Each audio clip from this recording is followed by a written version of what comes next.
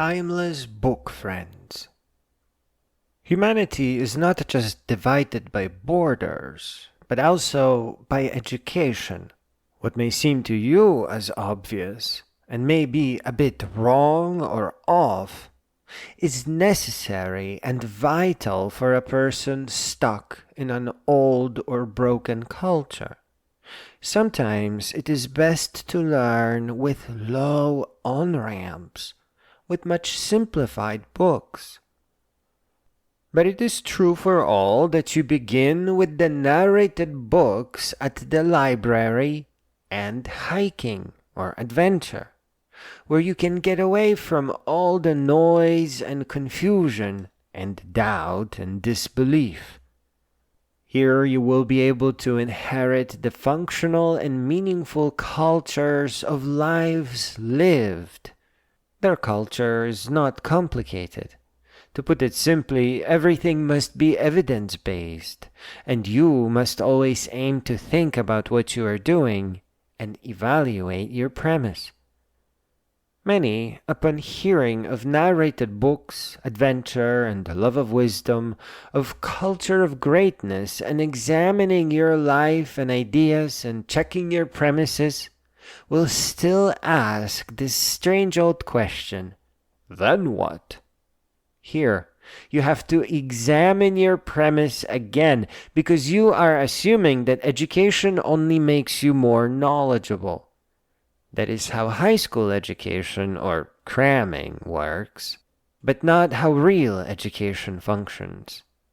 Just like there is no such thing as pursuit of happiness, where happiness must ensue from your pursuits, education is about transformation. You don't educate yourself to become more educated. Your aim is to transform yourself into a more capable being by inheriting wisdom and knowledge from great beings and synthesizing some of your own. The then what question assumes that you will remain the same. So it can be said that the answer to this strange question is simply, then you transform and discover more powerful and meaningful questions to ask. Not a day must pass without a narrated book in your ear, and you must never pay for what is owed to you. You can use an invisible earbud or listen after school, but you need your real education right now. Do not delay to get at your books and adventure. Giants of Philosophy, The Story of Philosophy, and A Short History of Nearly Everything is a very nice and pleasant start. These books will confuse you at first, but they seem so alien not because you are unintelligent, but because you were taught to wait for your lessons. And with these books, you have to reach out and take them. You have to re-listen to the books 30 or more times. Don't feel bad about sleeping through some of the chapters. Just listen and learn what little you can. And as you learn more and more, your abilities to comprehend more and more will quickly develop. Though it must be said that you can't just listen blindly to the babble. It has to interest you. Nor should you pick a trendy or shallow book. You have to find books that change lives. Sometimes it takes a long time to get your hands on one of those. Not all books will be entirely accurate, but they all teach you how to think to the best of the writer's abilities. The perfect author that you will soon begin searching for is actually the future you. The authors that you will meet along the way are your family, doing the best they can. And the reasons why their mistakes exist is because no one ever writes about what they are really good at. There is no time to write about what is already within their grasp. The authors that hope to help you write right on the edge about things that are just out of their reach. Forgive their mistakes. Hope to address them in your own books. And please understand that authors are not born on their birthday. They are born on the day when everything around and within them has unraveled and fell to pieces.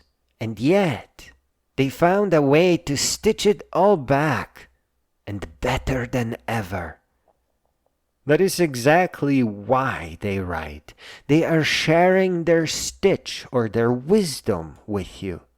Still on their knees from their crushing weight, they turn to you before they rise. Because they know they've found something, and it can be made better by sharing it with you, and letting you rise on top of it, and fix it, and make it better in your own way, in your own life.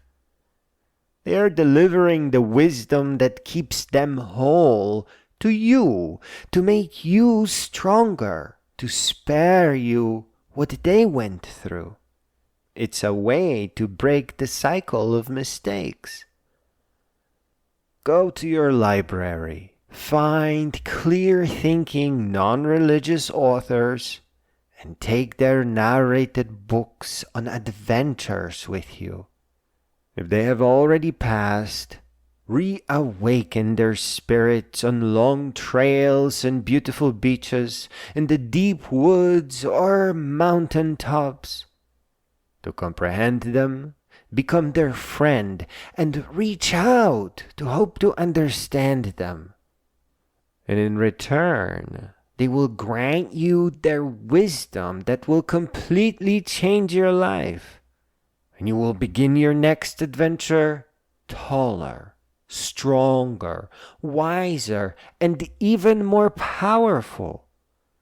You are meant to grow all the way up and become a great being. And books and adventure is where it all begins.